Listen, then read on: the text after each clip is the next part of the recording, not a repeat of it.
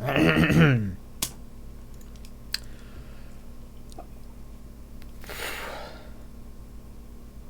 faked you out there. Welcome back to another episode of A Shot of Weeb. This is episode 27. I don't like being outsmarted like that. Yay! It comes with the territory, my guy. So episode 27. I'm one of your two hosts, the Seaweed Ambassador, and as always, I'm joined by the Epic Wob. Hello. Yes. Hello. What did we watched an anime this week. I know this comes as a surprise to any of our regular viewers. Yeah. Never done that before. No, it's first time for everything, you know. It was my choice. I got to choose whatever. So I got to choose anything we watched. And it was great. I love being given that freedom. Oh no, I like touched being given the that control. Oh, you made everything it's blown bright. out now. Oh well, I'll fix it. We watched Non Biyori. You see Rengo back there. Does that translate to anything? I couldn't find an English title. I don't. I'm not sure. Never actually looked into it. If I'm being honest. It's you got to turn that brightness down. Don't fix it mid-episode. Oh, I'm fixing it mid-episode. But for all our audio listeners, yes. I have a TV that I'm turning the brightness down on. So there you go. Thank you, because we needed the play-by-play instead of continuing the episode. Well, now we can continue. So, I had heard about this show. This had been on the table for like a really long time. I'm pretty sure, half of our show's existence ago. I'm pretty sure. Yeah, something like just that. about. I think I put it on the list when we actually started making a list. Yeah, which was probably like 5 or 6 episodes in. So this has been a long time coming, most likely. Yeah.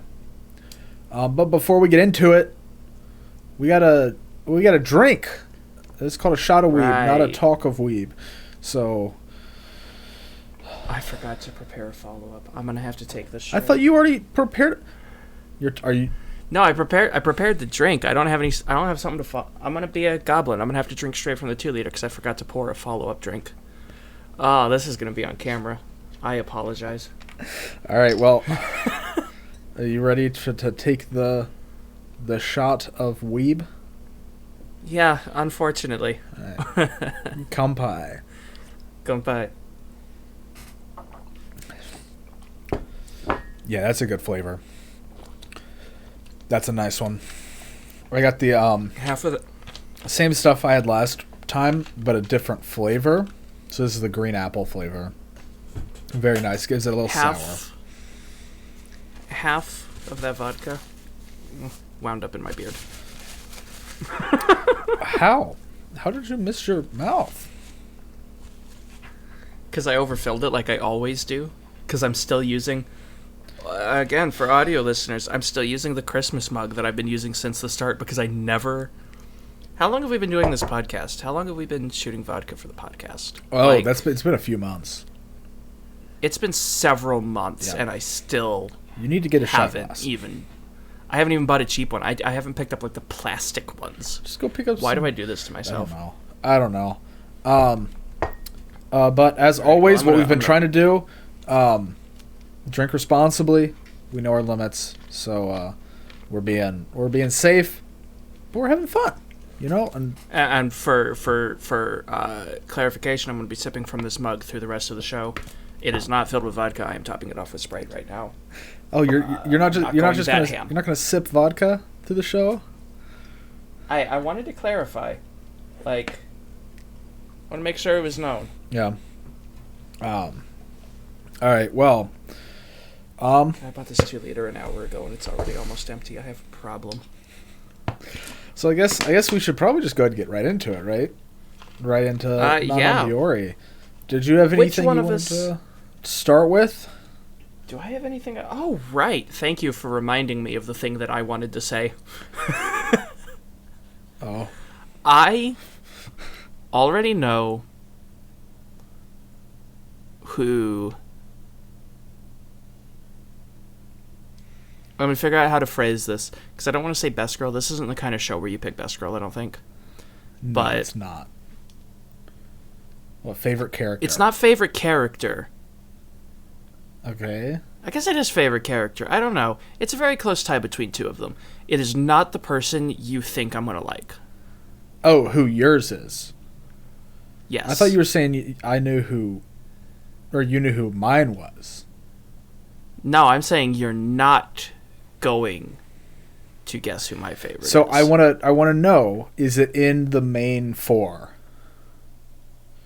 or not? That would be cheating to give you that answer, because there's only like 7 characters total. Okay, I have like I have a couple thoughts on who I think it is. There's one person that I'm giving the title to, and then one person that I'm getting like a half title to.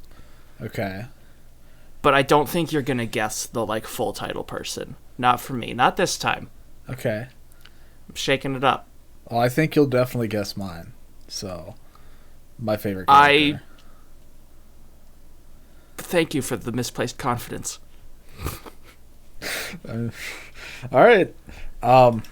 Okay, so since we're talking about favorite characters and stuff, I guess you want to save that till the end. Probably, or we could go for it, but usually, like, tradition dictates that goes at the end of the show. Yeah, but we could break tradition. And, like, just like we can talk about all the characters now, and then we'll make the call. That's fair, because, like, okay, so we talked about this a little bit before the... Ugh, that burns. Yeah. We talked about this a little bit before recording. With episodic shows like this, Non Biyori is a very episodic show, by the way. Yes. Geez, holy crap. What? The vodka and the chicken I had for dinner are fighting for control. Well, maybe you should be in that battle, too. No, I do this every week. I order the same delivery chicken every recording day, and then I suffer during recording every single week, Yep. and then I feel like crap in the morning after because of the chicken, not because of the alcohol. Yeah. Every single week, and I go right back and I do it again. Yep. They made their portion sizes smaller, dude. I got like less potatoes. Oh, that's sad. That sucks. That does suck. So what was I saying? This is an episodic show. It is an episodic show. That's for sure. I would put it. I don't know if it's technically classified as one, but I would also put it under like the genre tag. I don't know. I believe it's Iyashikei. I don't know what that is. Yeah, Iyashikei. So it's like healing. It's called like a healing show. So on the AniList page, it does have it as a very high tag, and the description of Iyashikei is the primary aim is to heal the audience through serene depictions of characters' daily lives. So it's like a slice of life, Iyashikei, cute girls doing cute things show. Okay, so like I had never heard of that description before, but that is 100% what this is, because I remember I had my biggest thought on the show. I'm going to go ahead and say it now because it's relevant. My biggest takeaway from this show is that it is so calm. Yeah, it is very calm. And I love it. Oh, yeah. But these kind of shows always present a specific amount... Oh, my fidget item is on screen. I'm sorry. These sort of shows always present a bit of a challenge to talk about. Because on the show, anyone who's listened to us, we tend to start at the beginning, follow the story beats to the end, and then round off our thoughts. Yeah. You can't really do that with this kind of thing. And it's not like... This is similar to, like, Is the Order a Rabbit? It's not like a skit show. It's not Tejina Senpai. It's not Seki-kun. But yeah, it's not something that has a definitive start to finish other than time passing. Yeah, and, like, there's, like, a lesson? I want to call it, or something. Like, throughout the show, it's kind of like... I'm trying to think of how best to phrase this. But basically, it's like, man, this is really difficult.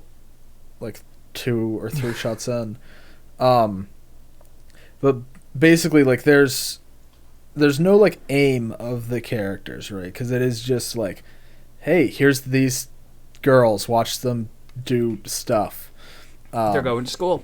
Yeah, they're going to school. They're hanging out, but like there still is kind of like a lesson or like a moral at the end, I guess. Because here's the thing I really like about how it starts, right? I know we said we were going to get into characters, whatever. We're just going with the flow now. But like in that first episode, the whole thing starts off with this new girl moving to town. It's a very rural town, like they live in the country. And she shows up at school. She's the 5th member of the school, not of the class, of the school. It's first in her class. But 3 of the people are siblings, and then one of them is a first grader. And yes, and she's like the second youngest, I'm pretty sure, 'cause she's 5th grade, I believe. Yeah. And then the teacher of the class is the first grader's older sister. Yeah, Rengo is the first grader. It's her older sister's the teacher. They don't really have a teacher though, they just kind of like study on their own. Since it's 5 different grades. 5 completely different grades and stuff. But they have like they're sectioned off. And so but she's moving from Tokyo to this like really super rural area. I wrote it down. It is Asahigaoka. Okay, Asahigaoka. Gotcha. And so a lot of times with stories like this, you know, with the big city girl moving to the rural thing because of her dad's work, the girl's gonna be like, I hate it here, I want to go back to the city, you know. But like the Hotaru, the girl who moved in, is like, she doesn't like have that demeanor about her, which I think is like really refreshing personally. I mean I'm sure it happens in other shows and stuff too, but it definitely seems like the bigger trend is like they have to overcome this like, oh, I do like it here, you know, kind of thing, you know. Whereas in this case Hotaru seems to be like, this is very different and is like keeps getting caught off guard by things, but like there's no like disdain for it because it's not city. Right. And like, I mean, honestly, like the biggest, like there's no like conflict in this show. You know, like the biggest conflict is like Natsumi will bring home a bad report card and have to hide it.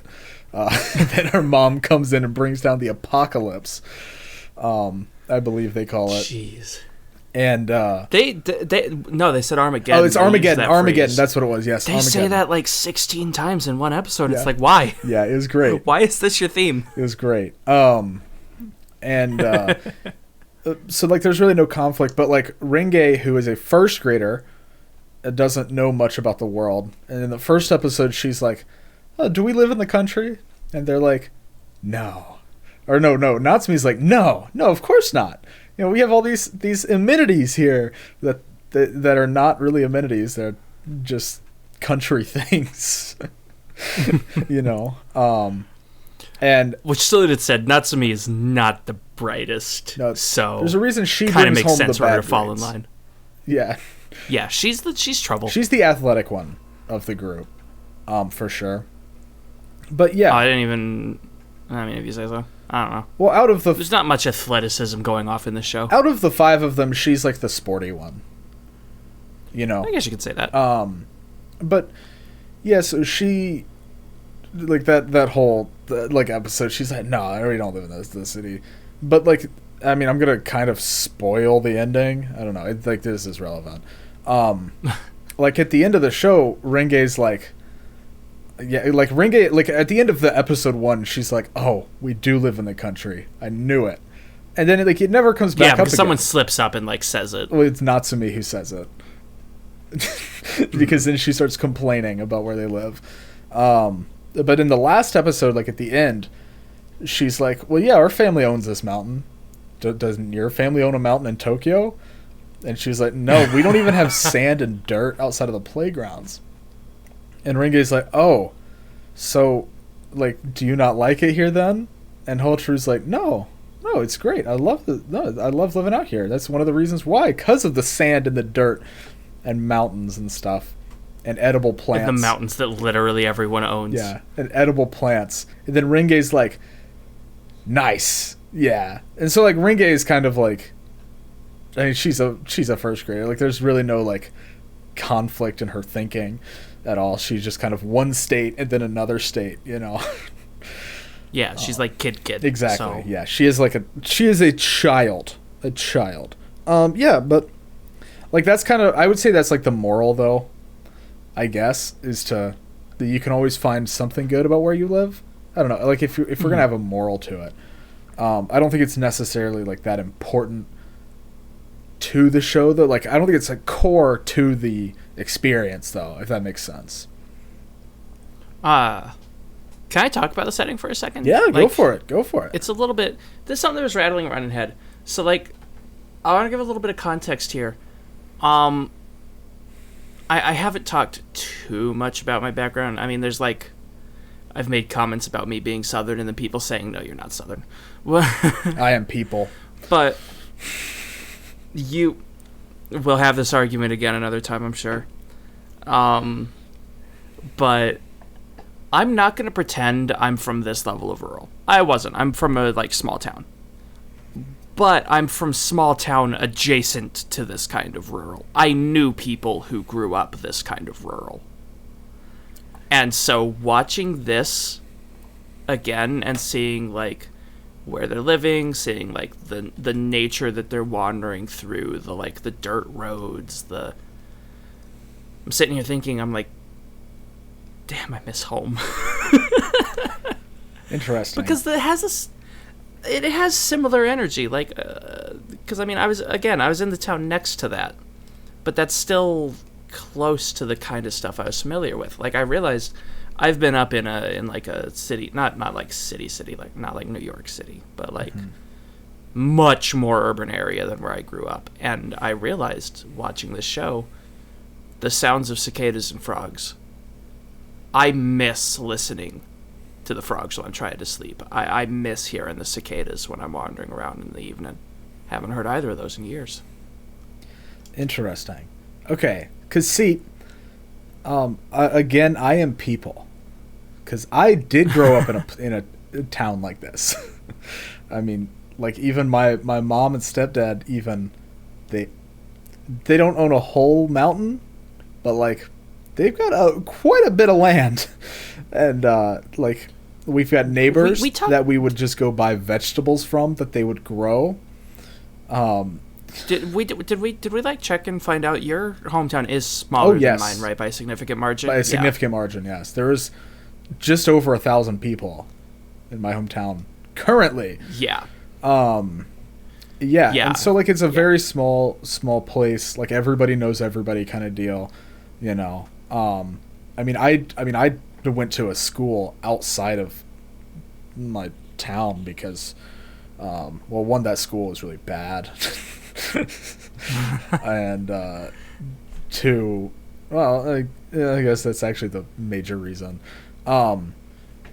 But so I feel like that's a bit of a trend because I mentioned I had friends growing up that did live in this kind of small area. They went to my school because their school sucked. Yeah. So I mean, I get this, but I did not have the same reaction as you. Really? Because I don't like living in places like that. I don't want to live in like New York City. That sounds like hell. But like, I would like to live in like a decent sized city where things are either a 5-minute drive away or I can walk to it. Like everything I need is like that close. Like I really like the atmosphere this show gives me, but it did not make me want to like move back to my hometown because... See, I would love to live in an area that small, as long as I can get an internet connection because I'm that kind of goblin. But, I mean, like, I miss having that kind of distance and that kind of close to nature between everything. I think I've told you this. I used to have friends that I would have to drive like half an hour to see, and there was nothing in between that half an hour. I mean, I had to drive half an hour to go to school every morning. So, yeah, I mean, I understand. Yeah, see, it's not for me, but I can appreciate it in this anime. You know? Yeah, no, it was so peaceful in the show. It was, like, honestly, like, it was healing, I would say. Like, this is one of the definitely. few... Like, I've seen a few Iyashikei shows. They're never really my favorite genre. But, like, when one is good, it's like, oh, that's good. I don't think I've seen anything like this actually before, unless Is the Order a Rabbit would count. That's the closest thing to this show I would say watched. that one counts, yeah. I think that is a bit of an Iyashikei. That one... That is the closest analog that I have watched prior. Yeah. And then the other one for me is, like, Girls' Last Tour, which is... I absolutely love that show. Though it does have a bit more, like, darker undertones to it. It's not like this one that's, like, just generally happy all the time. Though this one can get sad. It can get sad. We'll get into that. Ooh. Oh, boy. But, yeah, no, I mean, like, when they hit right, they hit right, you know? This one be hitting different. Yeah, and I feel like a lot of this show did hit right in that manner. Yeah. The complaint that I had is there were a few segments, if not episodes, that didn't hit, and when one of the things in this show didn't hit, it flopped hard, in my opinion. There weren't many of them, but there were a few that I'm like, you dropped the ball. Do you have an example in of my one book. off the top of your head? Yeah, season 2, actually. What? We didn't watch season 2.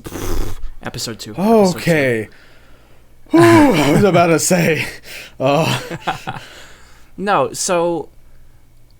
Oh, we really need to talk about characters before I do. We're talking about characters after this bit, okay? Okay, that's fine.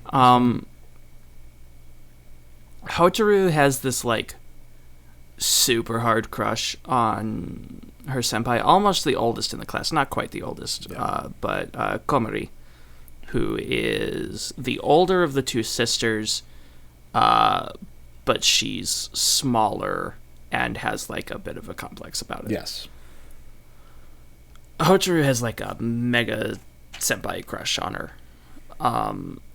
And they go on, like, a little adventure in episode 2. And it is very cringy. Actually, most of the issues that I have stem from that dynamic, actually, because the scene with the plushies, like, later on in the show is also super, like, uncomfortable. I just don't like that dynamic, I think. Okay.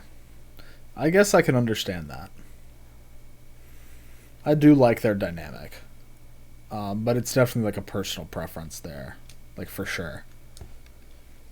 Yeah, because I feel like they both have some awkward bits, because there's another scene with Komari and Hotaru later where Komari is the annoying one, and that's when she's, like, keeps interrupting people's conversations because she's mad that they know more than her about it. I don't know.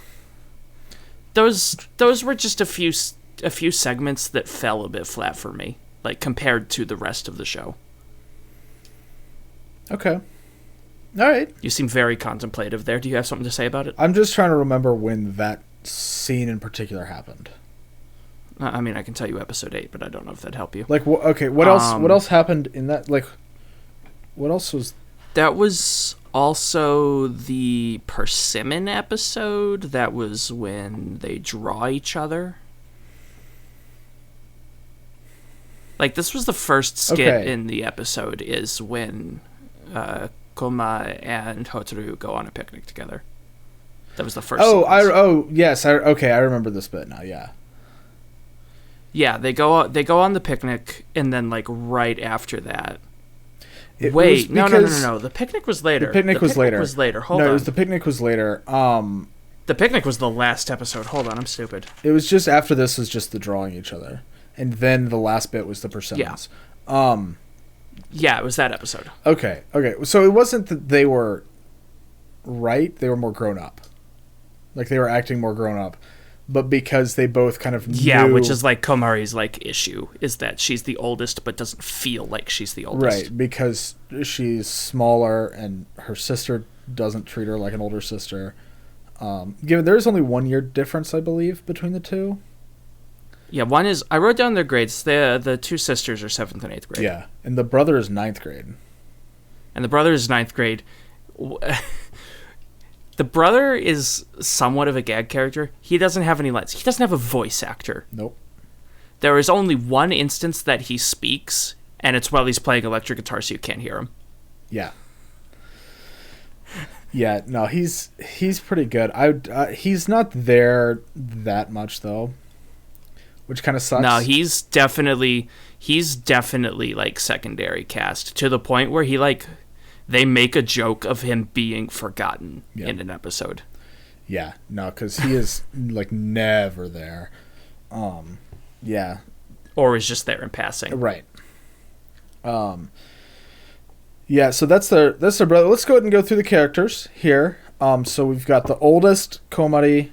She's not the shortest of the group, but yeah, no, the 7-year-old is shorter. Only because there's a first grader with them, yes. But she is very short.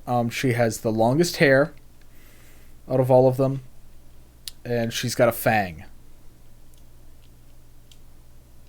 Does she? Yeah, she does. Both of the sisters have the fang. Well, hers is like... no, Natsumi doesn't have a fang. No, I noticed it on Natsumi more often because she's just like... Natsumi's trouble. I didn't notice Natsumi's fang at all. I only noticed Komari's. So that's interesting. I'm pretty sure she does. I do... I like... Because I know that, like... Whenever Komari opens her mouth, like there's like the little fang. It's not a skin fang. It's like a regular fang, which is better objectively. I know. I might have them confused. I might be thinking I might have seen like Komari's design with the fang and thought it's not. It's not that big of a deal, honestly. Either way.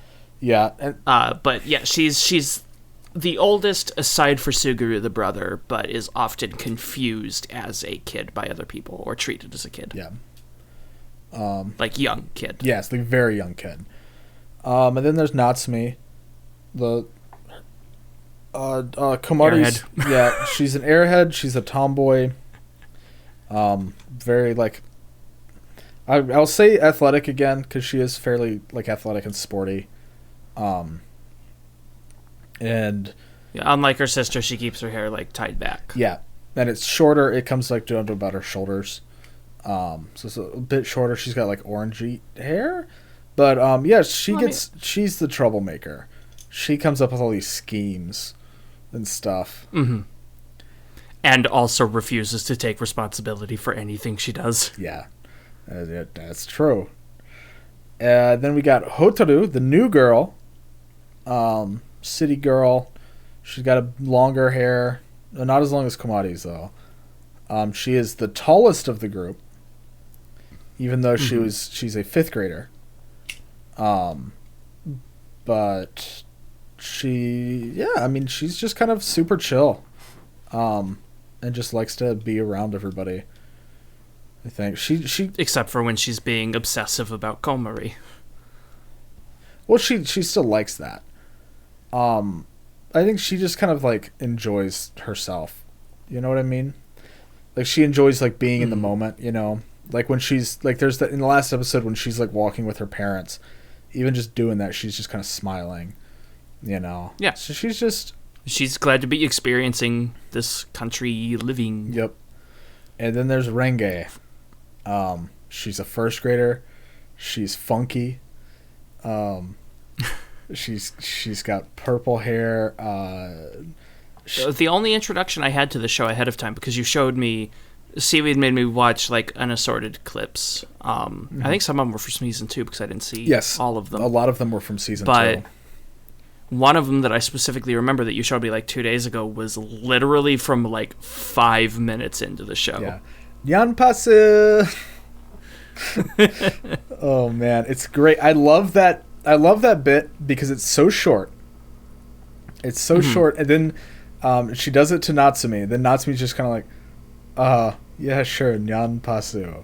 And then for the rest of the show, Renge only says Nyan Pasu to say good morning. And it's great. She never says Ohio or anything. She always says Nyan Pasu. I don't know where that came from. I don't know how, like, where the Pasu is from. Like, obviously Nyan is meow. But I don't know, like, I don't fully understand the pun. Because it's translated as meowing, I think, in the subs. Yeah. Which is cool when you've got that kind of, like, when the translator can get that good analog. Yep, exactly. It was a great analog, honestly. Yeah, let's see. But she's... luckily, Renge is not one of, like, the bratty first graders. I'd say she's pretty clever, honestly. She is clever, yeah. She's clever. And, like, she seems like, you know, like, if you were babysitting or something... This is the one you'd want to get. Like, this is the one you'd want... Like, you know what I mean by that? Like, this is, like, the kind of kid you would want to be babysitting, because they wouldn't... It's not like it would be easy, but it would be interesting, and it wouldn't be, like, that difficult. You know? Like, she doesn't cause really any problems. You just gotta kind of go along with it. Yep. Because, like, she's not causing trouble. She just says...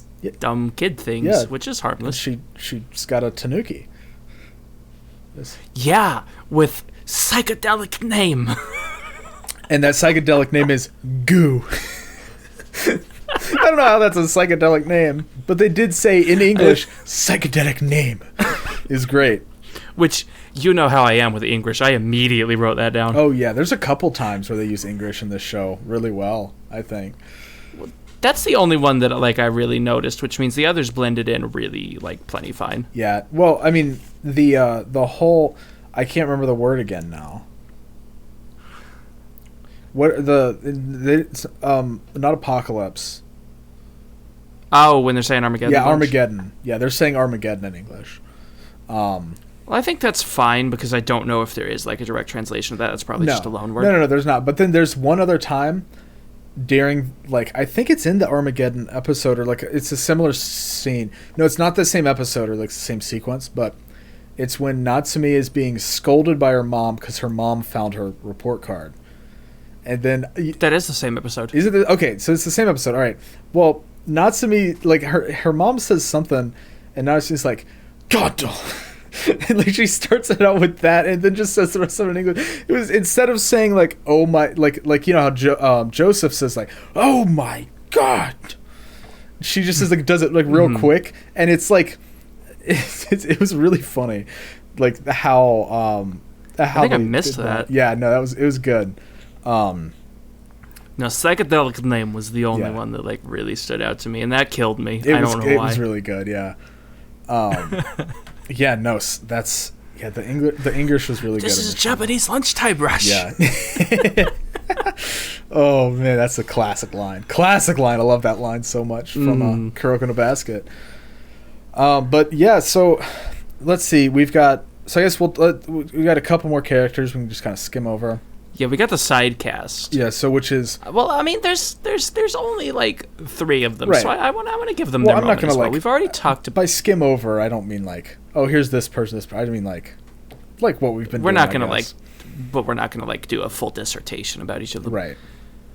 I don't have much more to say about Suguru. We already talked about him. He's the oldest student. He's the... I keep wanting to call them the twins. So, like, Natsumi and Komari... They act like twins. They act like twins, and they're both red. I have a set of redheaded twins, and I get the same energy from them. Yeah. So, like, I keep equating them as the twins because of my family. They even definitely, though they're not. They definitely act like fraternal twins. You know, like they're almost exact opposites of each other. They're picking on each other constantly. You know, but like it's also they're that close in age. You know. Like it's a year apart. It is spookily similar. Yeah. To the people I actually know. That's why my brain registers them as the twins. Yeah. Because I'm used to talking about my family, the twins. Yep. But their brother literally says nothing. He can play the guitar pretty well, and he likes to eat grass. Dude, he's so talented in, like, every regard. Like, he can do everything. He can, yeah. Did you see his freaking stealth powers in the courage trial? Yeah. Did you see how he fell through the hole or fell through the floor in episode 1. No idiot has ever fallen through the floor of our school. Yeah, and he's just there. That was just... It was so good. Yeah, no that.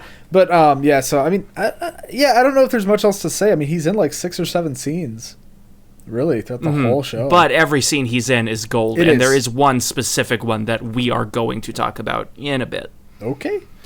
But next, I think we got to talk about Renge's sister, Kazuho One-chan, the teacher. She's like a farmer. Yeah. Yeah, because she has one other sister, but she's in an episode. She's in multiple episodes. She goes to school in Tokyo. Oh, was that the same character? I thought she was just in the episode where she like came home and talked about bullet trains. Nope, there's another episode, the Culture Festival.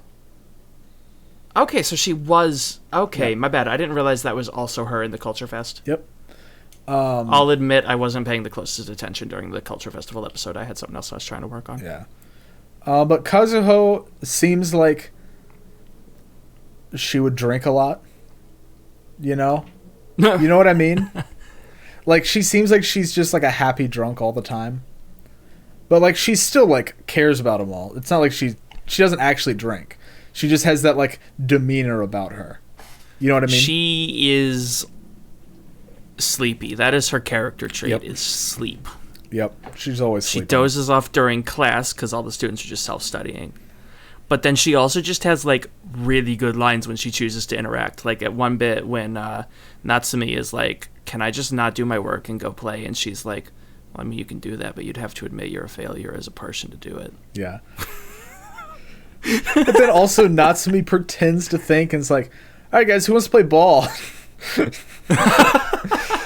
And she's like, you didn't think at all. That was a good sequence. It was really good. Yeah, and so that's her. She's a teacher, but she's not responsible at all. Yeah. And it's kind of fun. And it's Renge's older sister. Like, she was a graduate at the school. I believe. And, like, she's much older, obviously. Like, she's a full adult. And then they have... One of the, I think 2 adults that has, like, an actual role in the show. Yeah. The other one... 3 if you count the twins' mom. I kind of count her. But she doesn't have a real name. It's just their mom. It's her name. You know. No, is it actually? I didn't check. Yeah, Hotaru no Haha. It's just the... No. Hotaru is the main character. Oh, this is that's the right. Koshigaya mom. Oh, is she even She's on the not even list? in this character list, I don't think. Oh, yeah, it is Yukiko. There it is. Oh, is that her? Yep, that's her. Yep, Yukiko Oh, yeah, Koshigaya, that totally is her. Koshigaya. Yeah, that's right. Yeah, I just completely... They look very similar. But yeah, so then the other adult in this show is Kaede, also, who is mainly called Candy Store. She runs the candy store, and all of the girls call her Candy Store. Yeah, which... It's Dagashi something. I don't remember what the second word is, but I know it's Dagashi something. And yeah, she was like a delinquent in what? The second word of what? Like what they call her in Japanese. Oh, I don't. Dagashi. The Japanese translation. They just say Dagashia. Because Dagashi is like candy. Anyways, yeah, so they call her Dagashia, but she was kind of this like delinquent back in high school. She's the kohai to Kazuho, and she runs the candy store, which is why they call her Candy Store. And we see her in like a couple of sequences where she's just at the store and the girls will come in and she's like, buy something or get out. Yeah. Or she'll just be like in the back room watching TV because no one's gonna come in. Yeah. Which, yeah, I want to talk about that bit, too, in a bit. But, yeah, she's fun. I wonder why. Yeah, she's fun. Like, she babysat Renge when Renge was 1. That's when she started babysitting her. So they have a pretty close relationship, which is really cool. I really like that, like, dynamic those two have, you know? Yeah, because you're making them sound... They're close, but they're not, like... they're fond of each other, but Kaede does not show it. Like, she acts like they're just a bother. She only doesn't show it when the only time, well, like when Rengo and her are alone, she'll show it. Mm-hmm. Like, but if anyone else is there, well, yeah, like, she has to keep up her delinquent. She's got an image to uphold. She got a delinquent persona, but Rengo knows, like Rengo knows that, so like she's like chill with it, and she's never like mean to anybody, you know. Yeah, no. Not directly. She's just like friendly. She's more roasts. like standoffish. More so. But like I like the relationship those two have. It's really cute. I don't know. She singles out Natsumi pretty hard during the culture festival. Okay, yeah, but like who doesn't single out Natsumi? Natsumi kind of deserved it after what she did. Yeah. Yeah, it was less of a singling out, more of like a, you know, what's the word? Punishment? Yeah. So that she's chill, and then the last character is I'm trying to I guess this is the last one that really needs to be said. We could bring up the other one later, but it's Konomi Fujimiya, who is, I think she's like a friend of the Kamaris, or not Kamaris, of the Koshigayas. Yeah, she shows up as like a semi-main cast on occasion. Like if they need an extra person, they'll throw her in there. Yeah, it's kind of the vibe I got. Yeah, no, she's chill. She plays off of the two sisters really well. Definitely. So, yeah, I don't really have much else to say she's like specifically a longtime friend of, I think, Komari. Yeah, I'm pretty sure that's who would like know Natsumi because of that. Yeah. Yeah, I'm pretty sure that was the vibe I got as well. But yeah, I mean, I think that's pretty much everybody. Like the cast. I mean, there's, unless you want to talk about the Honoka episode right now. That's your call. I was only really gonna cover that if that was one of the segments we, because I want to talk about that episode. Talk about. Okay, but we don't have to why right don't we now. Just start hopping in. Oh, we can hop into it. Okay. Well, let's start. So for like this next bit, probably for like the bulk of the rest of the bit until we do final thoughts, which will probably be a longer final thoughts section than usual, just because like we can. Yeah. We're most likely going to be hopping around and talking about like specific segments that we really enjoyed. Yeah. So let's start that off. So the first segment then. Actually, goes to you. You know what? Let's go ahead and take a break. Now, I think it's going to be a shorter episode this time, because I mean, I only have a few things I want to really discuss majorly that we haven't already touched on. That's fair, actually. Yeah, because we've been burning through content on here. This isn't a deep show. No, there's a lot to appreciate about it, but there's not much to like dig in on. So yeah. So yeah, that's fair. All right, let's take our break, and we'll be back shortly. Welcome back to the second half of the Shot of Weeb, Non Biyori, episode 20. 7. Yes. Where... Should I try that again? I just completely whiffed everything about that intro. That's the cut I'm using. Okay. Yeah. So, where did I put my notes? I forgot to grab those before we started. Okay, I got it. Oh. Shut up. You're a hot mess tonight. Well... Let's go ahead and guess who's taking. Let's take another shot. Let's go ahead and get that done. Drink responsibly, by the way, because I still have to. You didn't even compare. I haven't drank it yet. I'm wounded.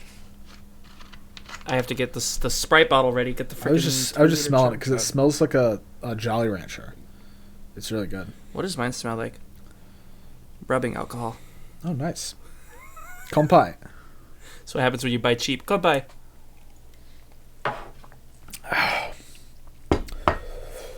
Oh man, that's nice. Just the right amount of burn. All right. I am very curious, sometime soon, to try and find out what not cheap vodka is like. It's a life-changing experience. Because this isn't the worst you can buy. It's not a $6 bottle. It's definitely not top shelf. Oh no, we've had some good stuff here. Like it's like a $40 bottle. Like that's not even top shelf.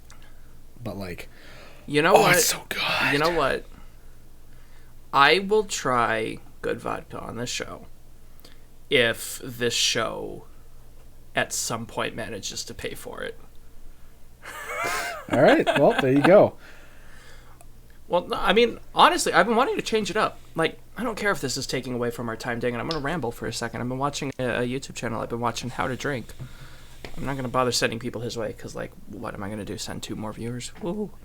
But, like, he does, like, super cool freaking cocktails, usually based off of, like, fantasy stuff. And I'm just sitting here, I'm like, ooh, that's cool. That's kind of classy. I ought to try that instead of just shooting bottom shelf. Yeah.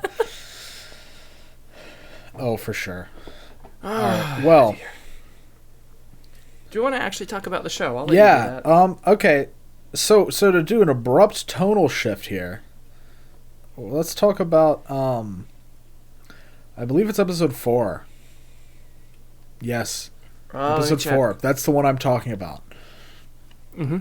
Yeah, it is. Okay. So to put this in context, I watched the first 6 episodes of these like before I went to bed, and I was awake for a little over 24 hours. So I was pretty tired, to put it lightly. Did you cry at this episode? Is that where this is going? So there's this. So with Honoka Ishikawa, it's this like girl who kind of shows up. Renge sees her playing with the camera, and Renge does her little cute little thing, you know, where she just kind of stares at her for a bit with that triangle mouth that she has. And then so she goes, you know, and then she's like, hey, I know where we can go take pictures at, and she leads her on this trek to like the other side of the town, like, and it was great. It was and the girl showed her how to use the camera, and then like they would kind of hang out every day after that. It was during summer break, and then there was one morning or one time, like after they got done playing, you know, they were all, she was like, all right, can you play tomorrow? And Renge's like, oh yeah, for sure dude, because like there's no other kids her age, you know, around there. And so she wakes up super early, steps on her sister, Kazuho, just completely in the gut, just pounds on her. That had to hurt. Oh, yeah, no, definitely. It was funny, though. And then, so she's getting ready to go, and then she heads out, rings on the doorbell, and that's when, you know, Honoka's grandmother answers the door and says, oh, no, her dad had a business call, so they had to leave really quick last night. And like, you know, you can feel it kind of coming up, you know, throughout that whole day. Like the mm-hmm. tone is like, it's very melancholic, like from when the alarm goes off that morning, or honestly from when she'd said like, hey, let's play tomorrow, you know.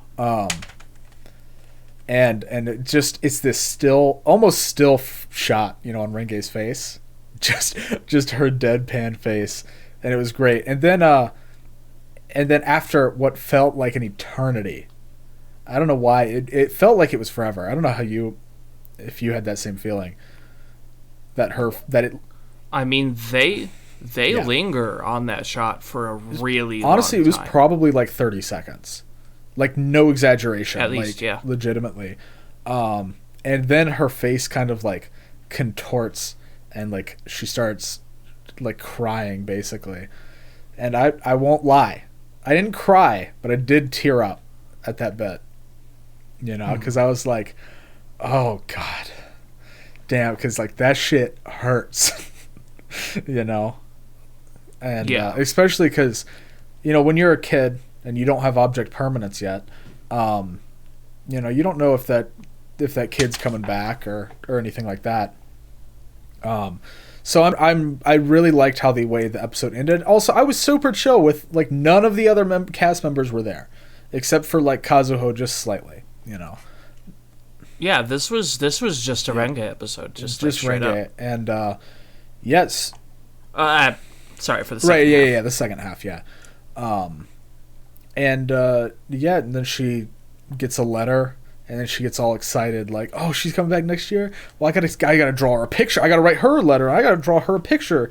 So thanks for the photograph. I need my photograph and stuff. And it was really adorable.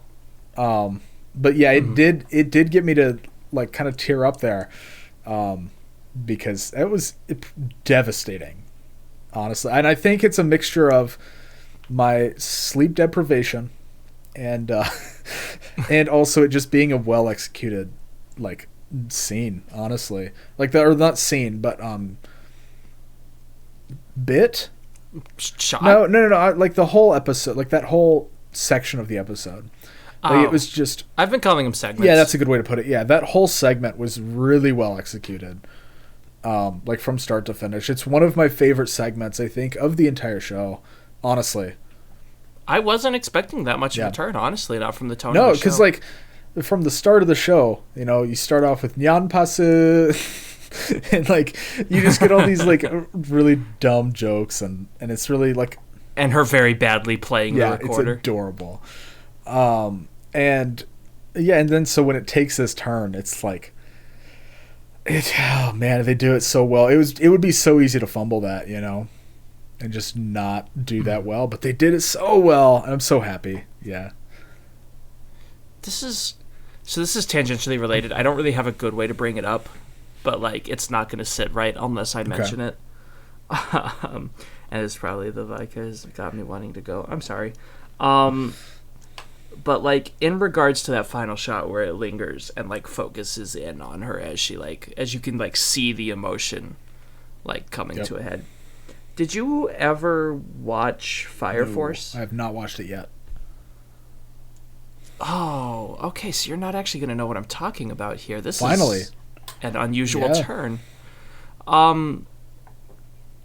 It reminds me in a sense of a very impressive shot from Fire Force. I never finished Fire Force. I have complaints about it. But there was one shot in particular where one of the main characters is like overcome with emotion. She starts crying, but like the way they do it, it's another one of those silent, still shots, just like this was. Where it stops everything to give you the full brunt of the emotion. Yeah. I think the difference here is whereas with Non Biyori it was like a longer shot to like sort of like hold you in on it. Fire Force had like frankly really impressive animation for that shot. And so like again, I don't have a good way to connect these two. It's just these are related, like tangentially related shots, and I wanted to draw a comparison, even if it's an ungraceful way to do it. Yeah. I mean, I kind of want to show you this clip after recording. Don't let me forget, because like it's actually really impressive in my opinion. Well, we'll see if I forget or not. But like the other thing I did really like about this, about that whole shot, is because like there was part of me that thought that Rengo was just going to kind of turn around and walk back home and be like, all right, well, that's over now. Wait, you know what I mean? Yeah, because Rengo actually doesn't show that much like severe emotion. She's very much just like flow from one thing to the next. And that's kind of how I thought it might be. And even then, that still would have been depressing, Mm-hmm. But, oh, man, the way they did it was so good. Oh, I loved it so much. Yeah, no, it was really well executed. Yep. And there were some good jokes in that whole segment, too. I mean, the whole thing, honestly, I died when she was like, Nene, I need the crayons. It was hilarious. That was really good. It was great. But it really sealed in, again, that Rengo is a first grader. She's like 7 years old, or she is 7 years old. And like the kids can have emotions too. Yeah. A shocking turn of events. The second I'm sorry, this second half is going to be wild. I had one shot too many. This is going to be fun. Boy. So there was one bit that I really wanted to bring up as well, assuming it's okay to transition. Good, go for it. This is a very, very different tone. Okay. There's one episode, this was episode 7, I know, because it's the only one where I wrote one of my notes in all caps. Okay. It was that important. All right, okay. All of the main cast, plus Suguru is here, show up to class early, or not early, on time, but the teacher has slept in. She's not there. And so they're trying to figure out things they can do quietly in class so that they can follow the rules. And they start off by playing Cat's Cradle, which is some sort of like yarn game. I guess. Yeah. You make different patterns and with that's the yarn. And that's a good bit, but that's not the bit I'm going to talk about. I loved her depiction of space, though. That's great. She just tangles it all up and calls it space. That was really good. Great. And then they read manga, but like they keep switching what they're doing because they're trying to include Renge, and she's not like really following a lot of this. So they start making models with clay, and they're trying to figure. Natsumi is very competitive. Yep. And she wants to make the best clay sculpture, but she can't, because she makes this like semi-abstract like face that was supposed to be a cat, but she tries to salvage it by calling it a moe. Yeah. A moe. Sorry, jeez. Oh boy. So she goes over to Suguru and she's like, "Hey, you're good at things. Will you help me make this thing? And then I'm totally gonna pretend it's mine and claim I made something better than the rest of them." To which her sister is like, "Shouldn't you not say that out loud?" Yeah, like they all heard her. Yeah. And so Suguru just like pushes his glasses up, nods, and starts working with the clay. And you know how Suguru is. He's amazing. He's gonna get to work and he's gonna make something great. And they don't show us what he's working on. But Natsumi is like, "Wow, that's amazing. You're doing something so good. I can win with this." Yep. And then he goes for like a moment longer and he finishes and it does a pan. And Natsumi's like, "Whoa, that's so cool." And they pan down to the clay figure that Suguru has made. And it is a colorized, detailed, very well made cat girl. Yeah, damn right. And they hold on the shot for a minute. Natsumi squishes it. I can't show them that. Yeah, it was just I can't show that to Renge.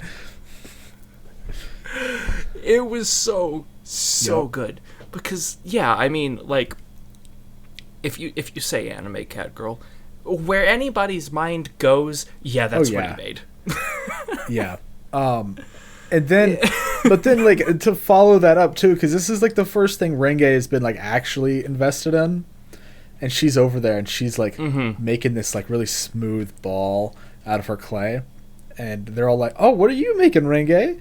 Is it a ball? No, it's got to be an egg, right?" And she said, "No, it's what are those things? It was like a cat. It was a paw. Yeah, it's a paw pad." And they're like, "What?" And Natsumi is like, "Wouldn't this be more of a paw pad?" And does like the typical like cat footprint thing. And she says, "No, that's a footprint. This is a paw pad, and or a paw print, and it's just a ball." But it's adorable. Everything about this entire like segment was great. Actually, this whole episode was great because the second segment's really good too. Yeah. All 3 segments actually, because I think the bit you were wanting to bring up is later in this same episode. But when I was watching, I had to pause and like walk off and take a moment after the reveal of the figure, because I'm just like, this, I can't handle this. I need a moment. It's really good. It is really good. It's really good. I'm gonna take my jacket off. It's warm in here. Oh man, yeah. No, that was. And then the way it ended too, when finally Kazuho shows back up, and she's like, "All right, I guess sorry I'm late. I guess it's time to start class." Well, actually, I guess it's lunchtime. She had been like not there for like 4 hours. I'm assuming if like they started like because their lunch was always at noon. I do remember that. But I was just kind of assuming that they started class at 8. You know, that would make sense. So that's about 4 hours. Oh man, maybe a little less because they like wake up at 8 at a later point in the show. Like we see the actual alarm in the winter episode. Okay, so they might start at 9. So, but still, it's like 3-4 hours. You know, it's great. Yeah, no, she is not a responsible teacher. And at all. I love that too because prior to that, there's like another like during their summer break, because this is after their summer break. But during their summer break, they all go together to do the calisthenics and get their stamp for the morning calisthenics. And it's the Komari and Natsumi's mom is the one who takes them. And she's like, hey, isn't this supposed to be Kazuho's job?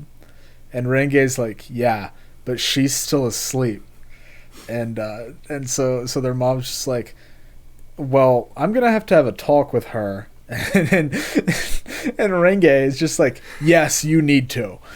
Like, just flat out, just selling out her sister. Like, yeah, no, you need to have a talk. We need to get her straightened out. And then one of the cushy guys leans over and is like, today's fortune was misfortune will fall on someone you know. Yeah. Yep. Yeah. I'm pretty sure it was Natsume who said that. I think so. Oh yeah, it was fantastic. It was such a good bit. It was so small, but like, oh, man, yeah, love that part. What else do you want to talk about? You got any more specifics? I'm actually going to continue on the same episode as the cat girl because like I think everything there were like 3 major bits in this episode, and I think all 3 of them were bangers. Okay, all right.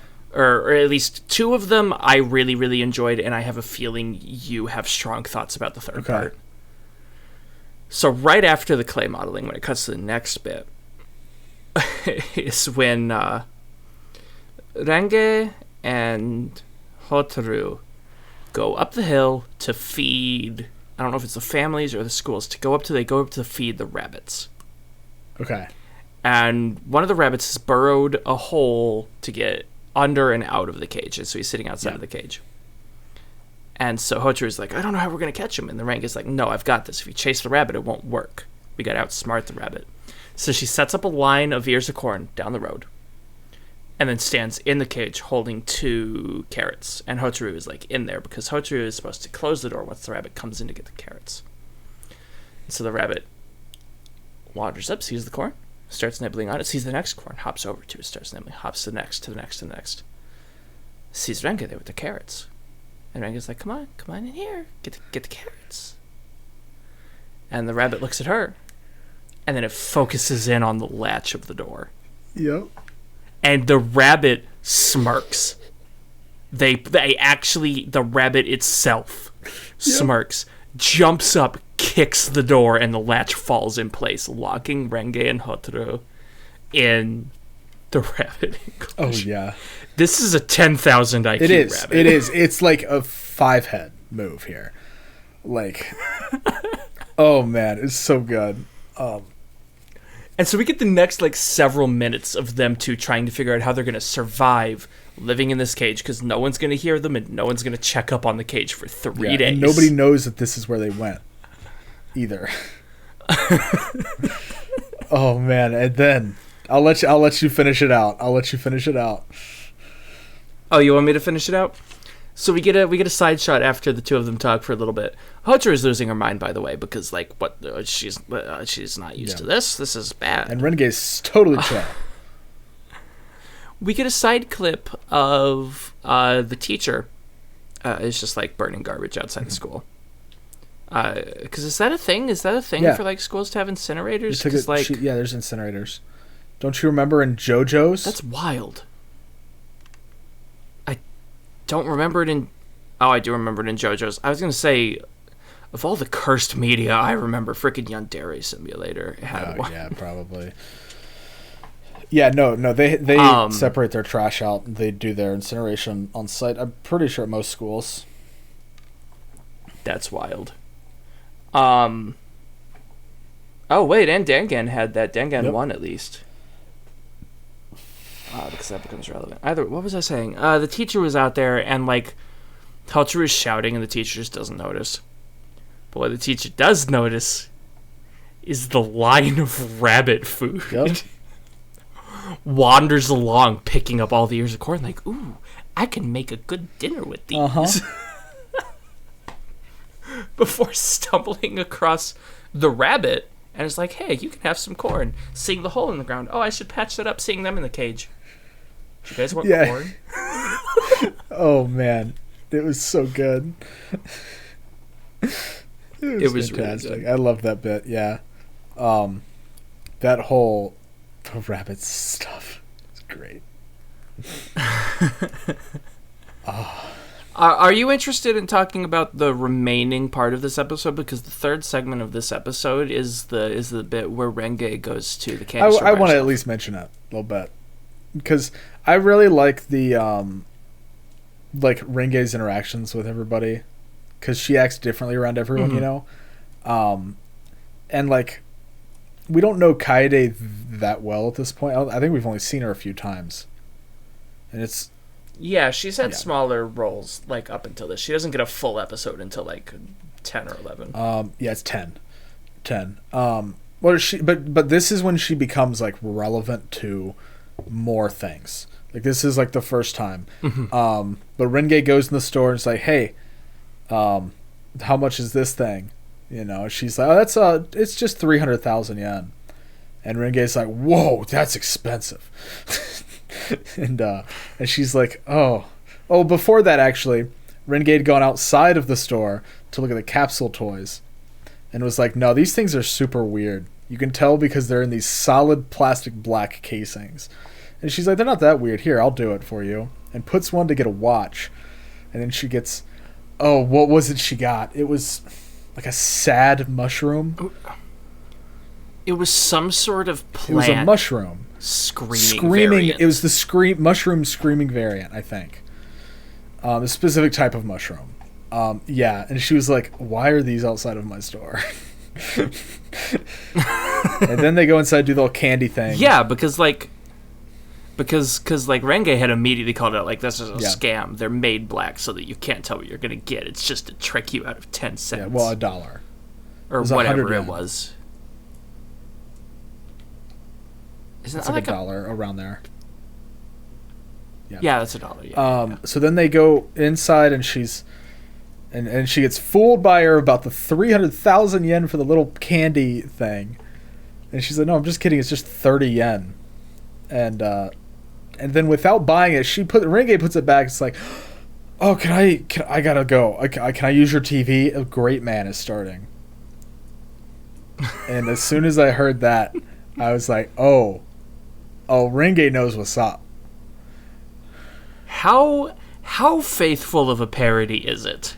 Well, so obviously it's a parody of Ultraman. Here's the thing. Do you know what the American Ultraman is called? Like his name? There's an American Ultraman? It's apparently really bad. But I'm pretty sure it's the American one. I'm going to double check here real quick to make sure. Ooh, live research, always the most exciting part of the show. Oh, man, I can't. Okay.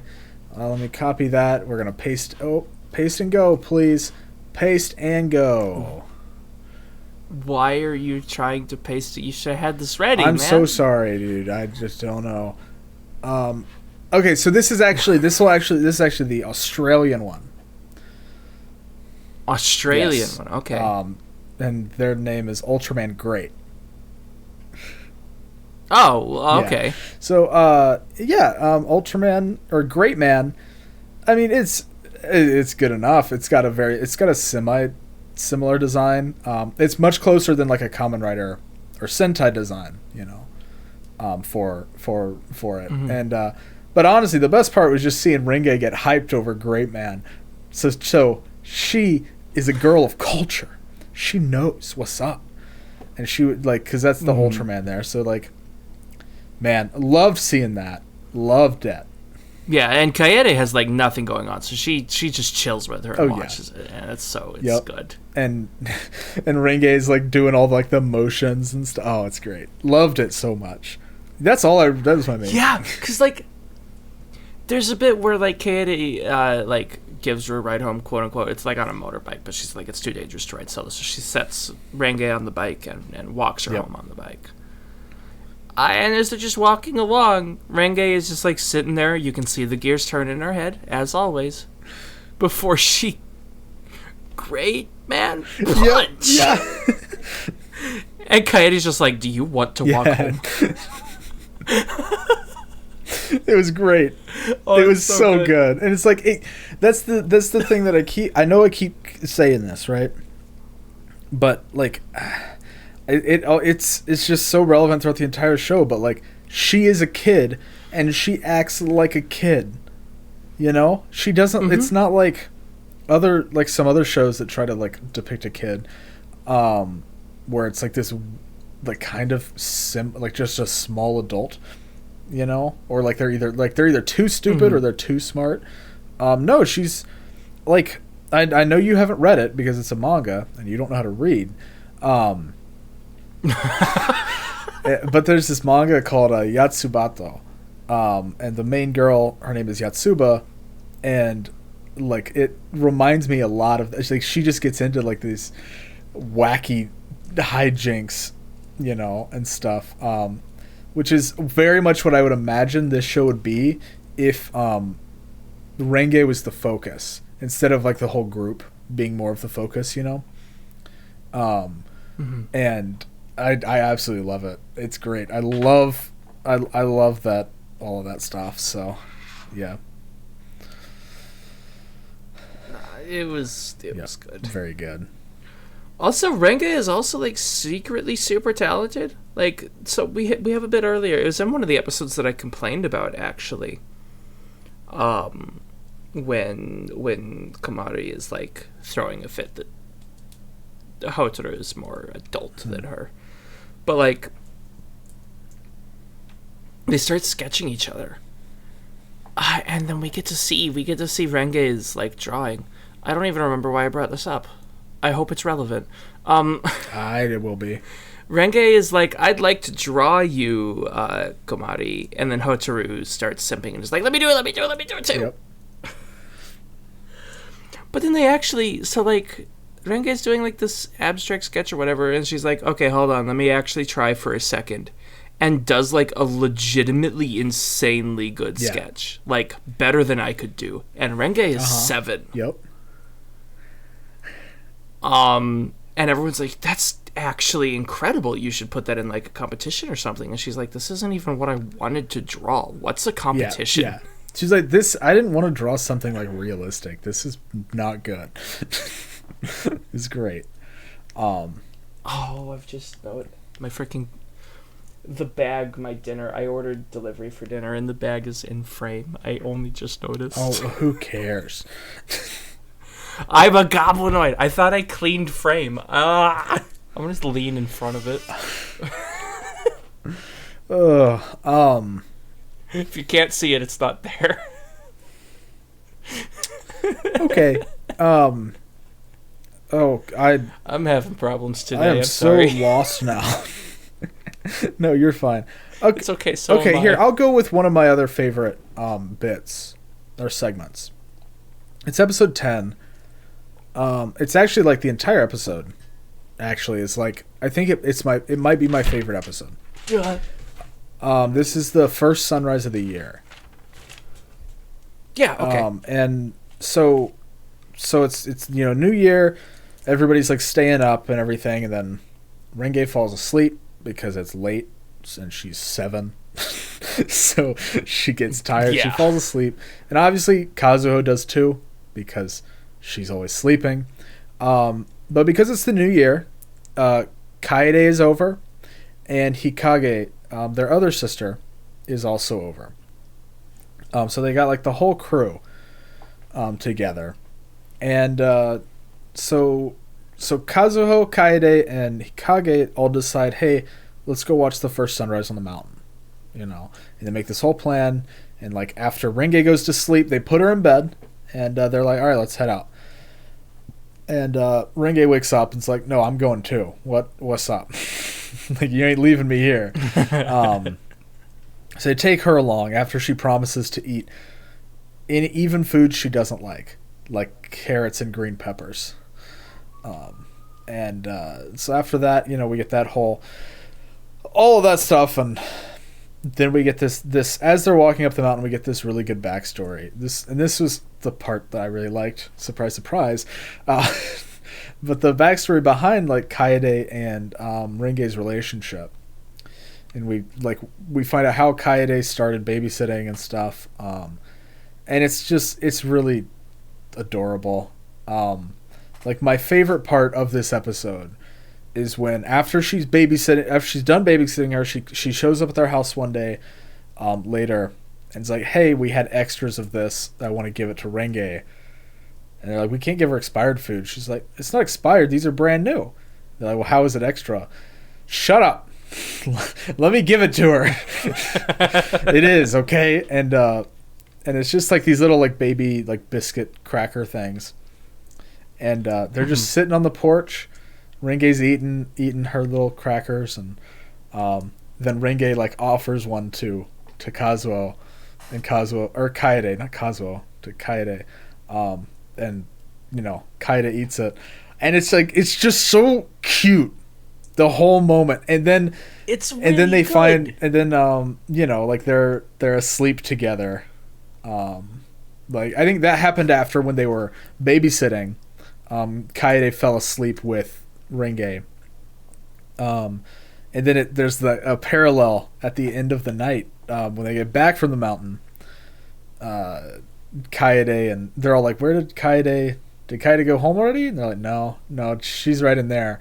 And Kaede and Renge are sleeping together again, and it's so, oh man, like that's healing. That's right there. Awesome. That is healing content. Oh man, it was so good. I remember that this also had one of my favorite English bits. Like, it's not even that much of an English, but it was enough that I got like a solid chuckle out of it. Like during the flashback when she's babysitting Renge is like wandered off while Kaede was reading the note of like instructions. Yeah. Including, hey, don't do the thing you did 2 minutes ago. And Renge is like pulling on a cat's tail, and the cat just bops her right on the forehead. Yep. And Kaede is like, whoa, Neko punch! Yeah, that's right. It was, oh man, that was so good. I lost it right there. That was awesome. It was really funny. Yeah. Oh man. Yeah, I think I can say with confidence that this is my favorite episode. Like full episode.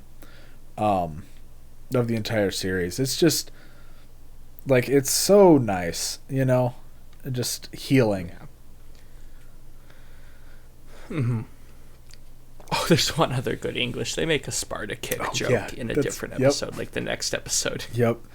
Okay, so like, if I may, I don't want to like go for it. Go for it. No, go for it. I'd like to move into like the final like ending bits of what we're gonna do. So are we going into like final thoughts now, or? Yeah, with one thing in between. But the first thing I want to say is I think basically there are so many really, really good bits of this show that we didn't cover in this. Like, we could ramble for a while about it, I'm pretty sure. Not to speak for you, but I'm pretty sure I'm speaking for both of us when I say go watch the show and find out all the bits we didn't talk about. I can't believe you just spoke for me, dude. Let me speak for myself. I can speak for myself. Go watch the show.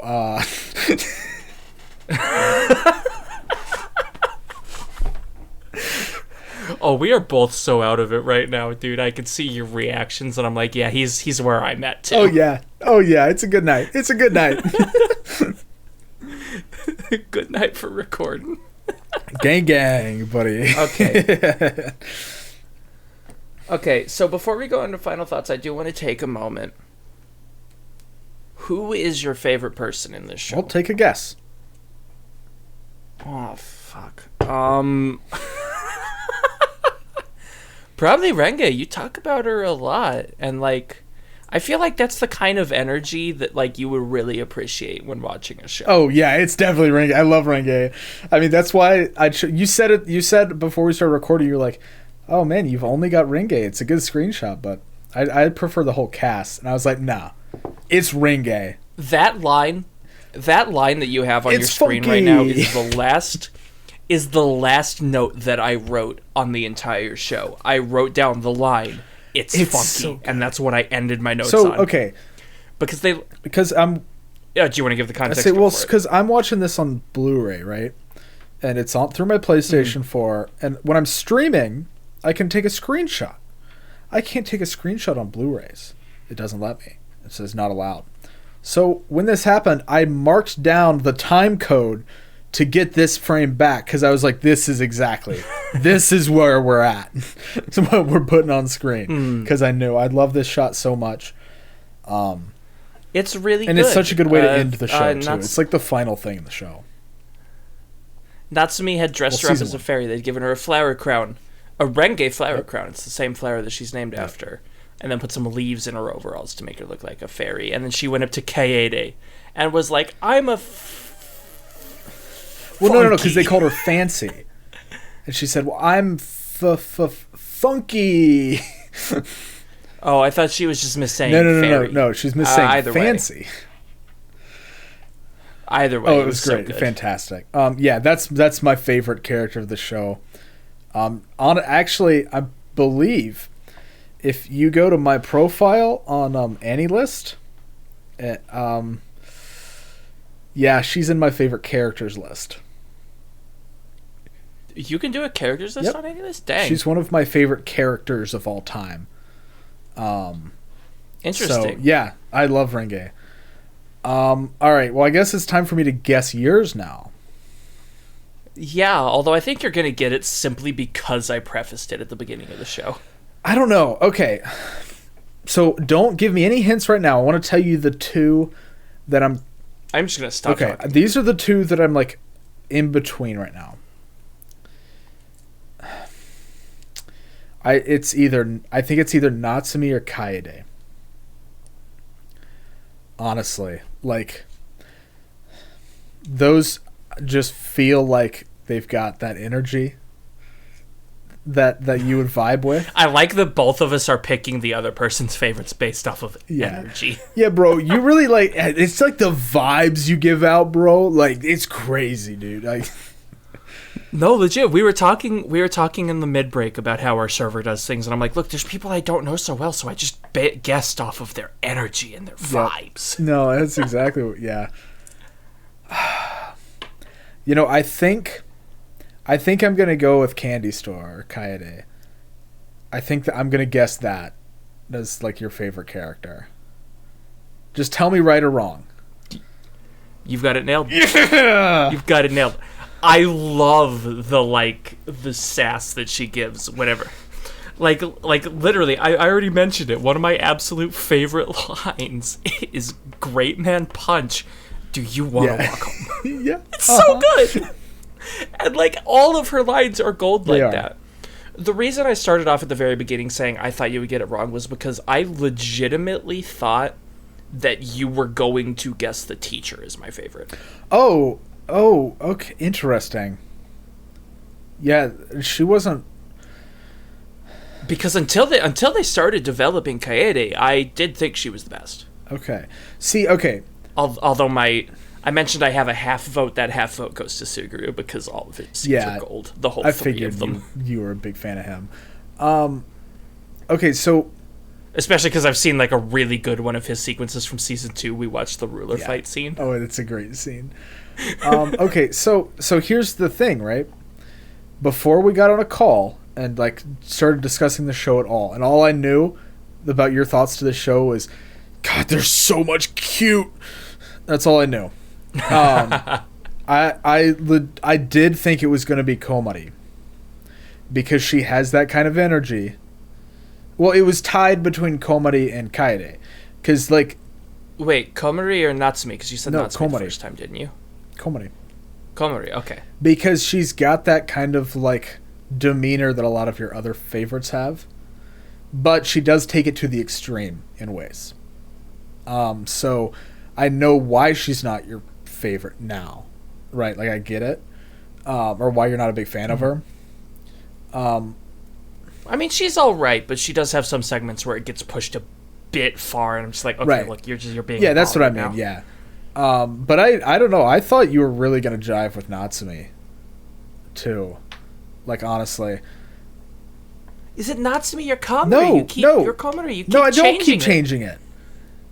No, like I thought also that you would vibe with Natsumi.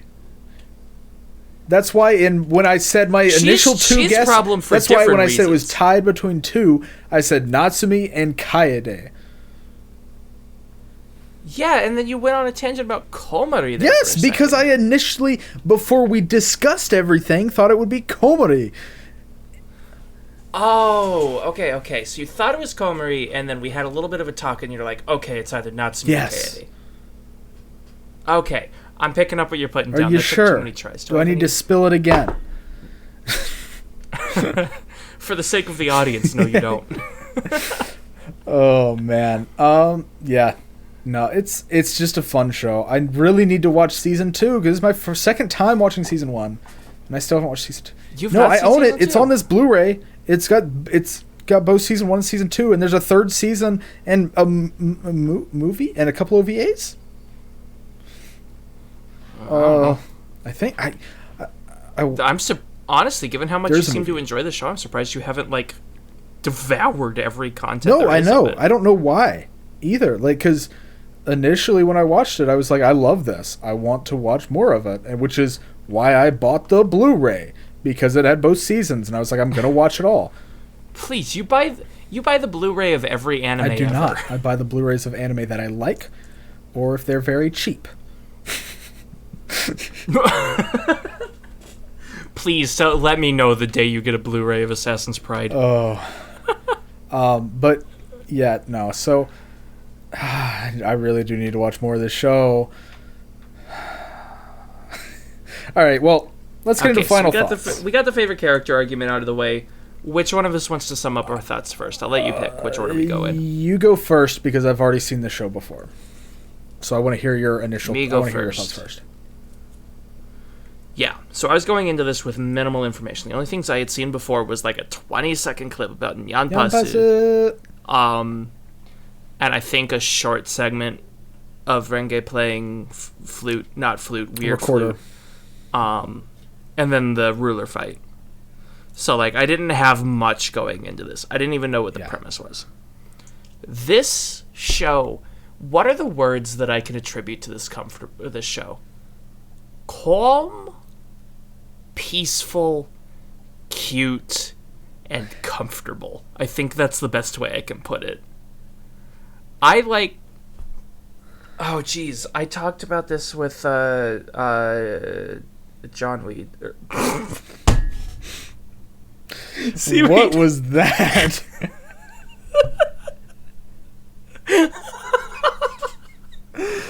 Oh my god. That was a new one. All right.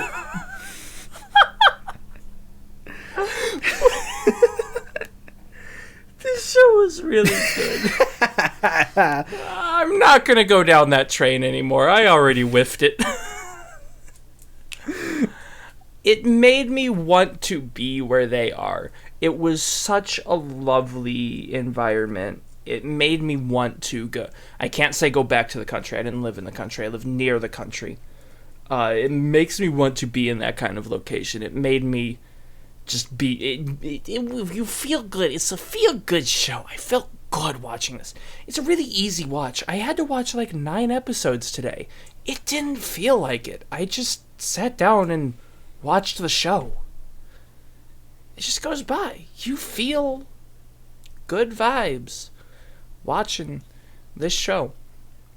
Now, there are a couple segments, no full episodes, but like a few like half episodes that I feel like did drop the ball, that I feel like were a little bit of a mess. And by a little bit, I mean a lot. Like where I'm like, please, can we just get to the next segment so I can get back to the good show that I like? Everything else, absolutely great. I haven't decided exactly how much those really, really weak segments drag it down, because I do think they are pretty hard points against, but the rest of it felt so good to watch that it evens out and then some. This is an 8, if not a 9. Probably an 8, but has the potential to reach 9. So it's like, as far as my ratings go, it is up there. This was lovely. This was just a good, wholesome, lovely time. All right, yeah. No, for sure. Well, I'll start off with my score. We're breaking tradition here. And here's the reason why. Because this is one of those few times where we line up in our scores. Because I gave this show an 8.5. Ooh. Right in the middle. Yep. I see. I absolutely adore this show. I mean, the score hasn't changed since my initial watch, which was still an 8.5. I love it to pieces. Legitimately, I think the reason I can't give it higher is because there's sometimes where Renge's not there, and Renge to me is like the star of the show. But there's some of these episodes hit so hard and so well. And yeah, like there's some, like the whole, like, the stuff with Komori, it's like, I get where you're coming from, but also doesn't bother me that bad, you know? So it doesn't, it only drags it down a little bit for that. But, I mean, honestly, this is one of those shows, I'd put it the same with, Is the Order a Rabbit, you know? Where I would consider it a comfort show. I don't normally like that term, but yeah, I'd call it a comfort show. One of those that I think from now on, like if I'm not in the best of moods, might put throw an episode on, especially because this one you can throw any episode on at any time, you know? You just throw it on and have a good time, which is really nice. And I mean, yeah, I mean, I absolutely love this show. Like it legitimately, it kind of got me out of a funk that I was in today. So that was immediately already, you know, a big plus in his favor. But yeah, I mean, I love the characters. I love Renge. I think it's funny, but it's not like overly funny where it's like constant jokes like Nichijou. I still love Nichijou, but it's more laid back, and sometimes you need that. And I agree, it's very easy to watch. I mean, even half asleep, I was still like got 6 episodes easy. Like it was no issue, and then did the other 6 after I woke up. So yeah, no, super easy to watch, super fun, good characters. Yeah, I mean that's 8.5. Well, dang. Good stuff. Well, in that case, yeah, I am confident with what I said earlier. Even with John's, sorry, I had to move the mic there. Even with Seaweed's follow up of "Don't speak for me" repeats the same thing. Go watch this show. It's good. Yeah, it's really good. Really good. Go watch it. Yep, highly recommend it. So, do we shill first, or what do you talk about? I'll do the shill first, and then we talk about the episode. So, okay, all right. Actually, I want to take the. Well, no, I was gonna say I want to take the shill this time. Like, I'll do it. I'll suffer for the craft, but then no, because I realized next episode I've got to talk about that. I don't want to talk for the rest of the episode. So, yeah, if you're watching us on YouTube, thanks so much. And if you want to take us on the go check us out on Anchor.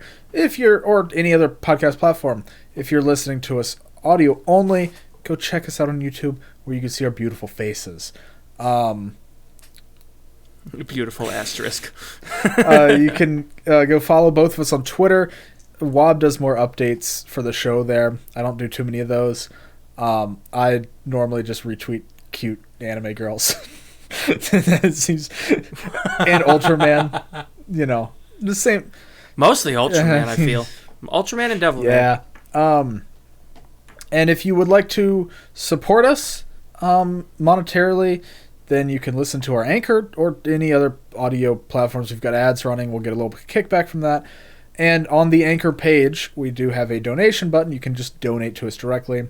And if you would like, just DM one of us on Twitter with the receipt that you donated to us, and we'll give you a shout out on the show. But we don't expect that at all. We're here because we like doing it. And we do really appreciate you listening, especially if you made it this far. Every one of you is lovely. Yes. Just as lovely as this show. Yeah. So what are we watching next week, Wob? What are we watching next week? More like, what are we watching the next 2 weeks? I'm not going to announce the name of the show after that, but I'm going to tip my hand a little bit. Okay. After using our last... for this point forward, I'm going to use dual episode to refer to shows that neither of us have ever seen. So we have a My Choice, a Seaweed's Choice, and a Dual Choice. After using Ultraman on a Dual Choice, which was very much Seaweed's pick, Yeah. I've kind of already booked our next which Dual I'm Choice fine with as well. with a show that I've been very excited to watch. But we have My Choice to get through first. And since my preemptive choice fits as a dual, and we've put it over there, I've picked one in the meantime. Do I have the tab open? No, I don't. I hope I remember what it's called. I mean, I know what it's called. I was flipping through... Right, I've got it. I was flipping through my my Mal page, looking through stuff that, I haven't seen that I'm wanting to get to. Because for the podcast, I'm trying not to pick stuff I've already seen too much. I've done that, once or twice, and I know I will at least one more time in the future. There's one I'm really wanting to get to. Mm-hmm. But I'm trying to, actually develop my base of things I've seen, because I'm significantly behind Seaweed on this front. A little bit, yeah. And I noticed one that was in my listings as plan to watch, and I looked at it, and I'm like, I've never heard of this show. How did this get in my plan to watch list? I have no idea what this is. And then I read the description, I'm like, this sounds pretty interesting. It's rated at an 8 point something on Mal, so apparently it's good. And I mentioned Seaweed. He said it's, at least last time we watched it, he said it was good. I also said I was the reason it's on your list. Apparently. I don't know. I don't remember doing this. We're going to be watching... It's called Re-Life, Yep, right? Re-Life. Re-Life. A show about a guy living part of life again, I think. I don't remember. I read it 3 hours ago. I can't remember that far back. I don't want to give away too much more. We'll talk about it in the podcast. You can look it up yourself if you're curious. And then after that, we're getting to another show that I'm really excited for that I've already penciled in, but we'll address that at a later point. Yep, that's for sure. Which will be the other later point is next week, but yeah. Well, the week after. Next week is Re-Life. The week after will be... I nearly said the title. Will be the other show that I've decided on. Yep. So, yeah, any last words, or... Y'all are lovely, and I'm glad to have you here. We'll see you hopefully next week for Re-Life. Thank you guys so much for listening. On whichever platform you enjoy the most, because we're literally everywhere. Yep. Have a good... Except Vimeo, because that place is weird. Yeah. Well, have a good week. We will see you next week. See you next week, hopefully. Watch Non Biyori. Do yourself a favor. Yes, do that. Do that. Yeah. Bye-bye.